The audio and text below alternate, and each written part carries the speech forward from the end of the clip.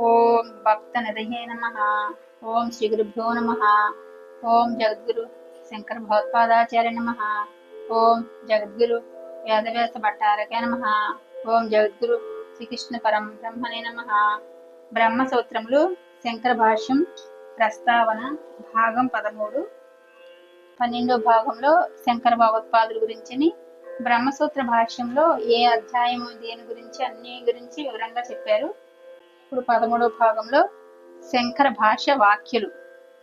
బ్రహ్మసూత్ర శంకర భాష్యం మీద ఎన్నో వాక్యోపవాఖ్యానాలు బయలుదేరాయి. శ్రీ శంకర భగవత్పాదులు ప్రధాన శిష్య చతుష్టయంలో ఒకరైన శ్రీ పద్మపాదాచార్యులు అంటే పంచపాదక అనే ఒక వాక్య రచించారు.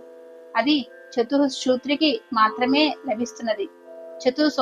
సూత్రంత్యమైన ఈ పంచపాదికకు ప్రకాశాత్మయతి పంచపాదికా వివరణం అనే అతి విస్తృతము ప్రామాణికము అనేక వ్యాఖ్యాతులకు ఉపజీవ్యము అయిన వ్యాఖ్యానం రచించారు.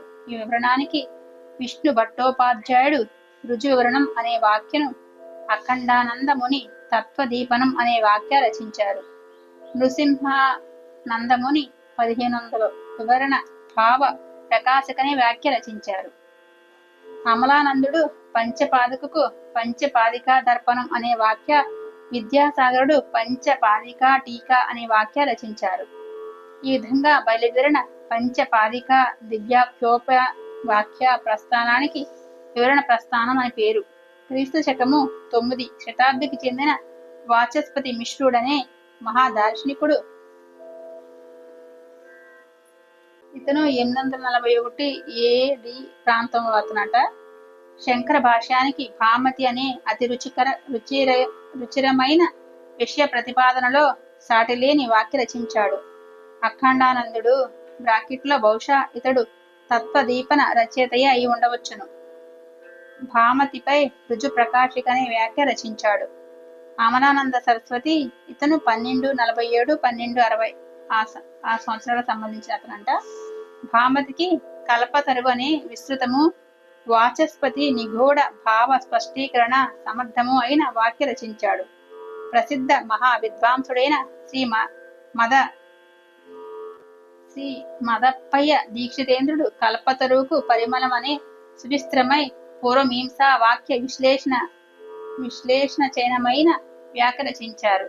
ఈ కల్పతరువుకే లక్ష్మీ నృసింహ పండితుడు అభోగం అనే వ్యాఖ్య రచించాడు. అల్లాల సూర్య అనే పండితుడు భామతికి భామతి తిలకం అనే వాక్య రచించాడు.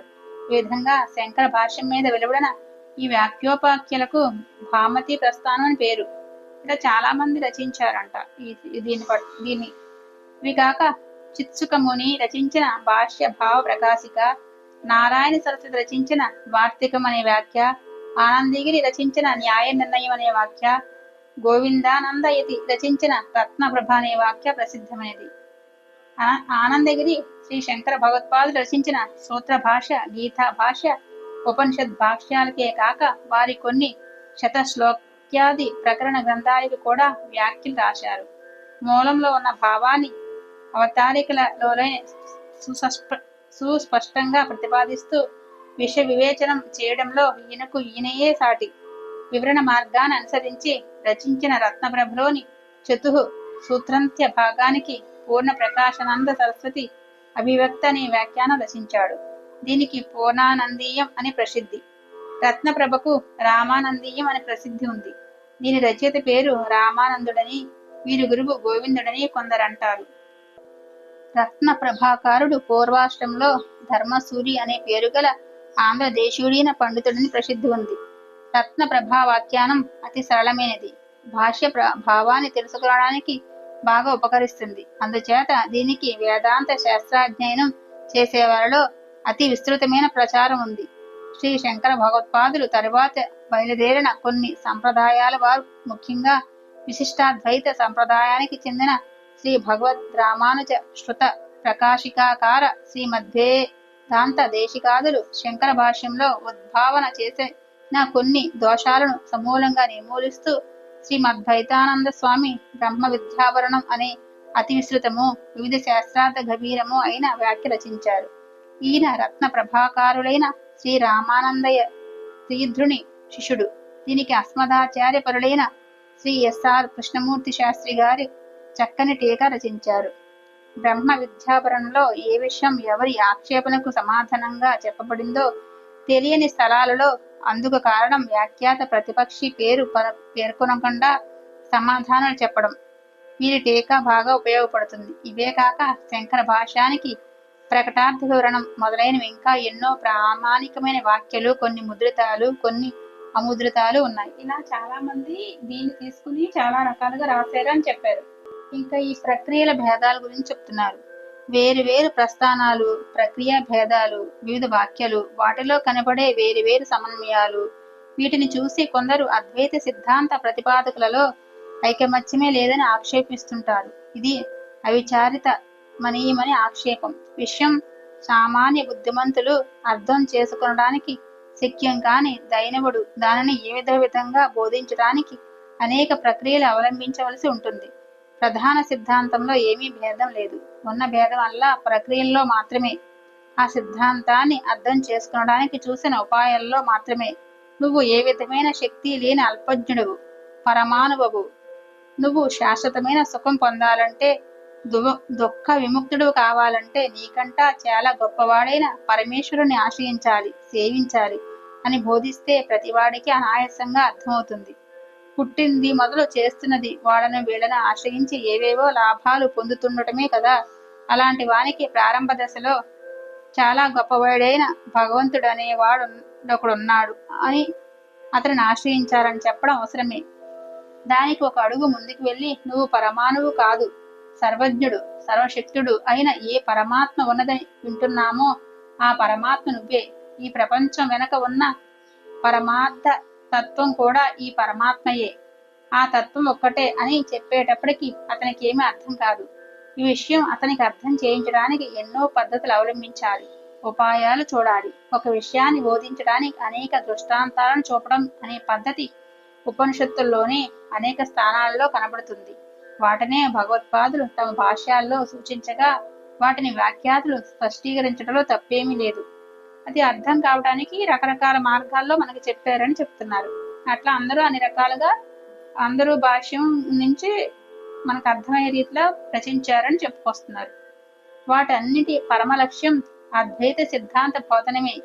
బింబ ప్రతిబింబావాదం, అవచ్ఛేదవాదం, అభాసవాదం, ఏకజీవవాదం, అనేక జీవవాదం, మాయా విద్యాభేదవాదం, మాయా విద్వైక్యవాదం మొదలైన ప్రక్రియలన్నీ ఇలాంటివే. పరమ సిద్ధాంతాన్ని అర్థం చేసుకోవడానికి ఉపకరించినంత వరకు ఈ ప్రక్రియలన్నీ పరస్పర విరుద్ధాలైన గ్రాహ్యములే. చివరికి ప్రధాన లక్ష్యం సాధించిన తర్వాత ఇవన్నీ అవసరం లేకపోతే త్యాజ్యమైనవే అని వార్తికకారులు స్పష్టీకరించారు.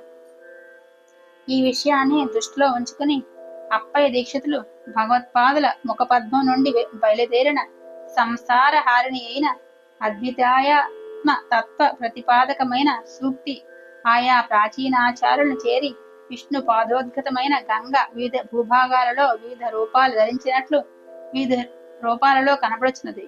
అయితే అద్వితీయ బ్రహ్మ పరాయణత్వంలో మాత్రం ఏమీ భేదం లేదని అంటారు.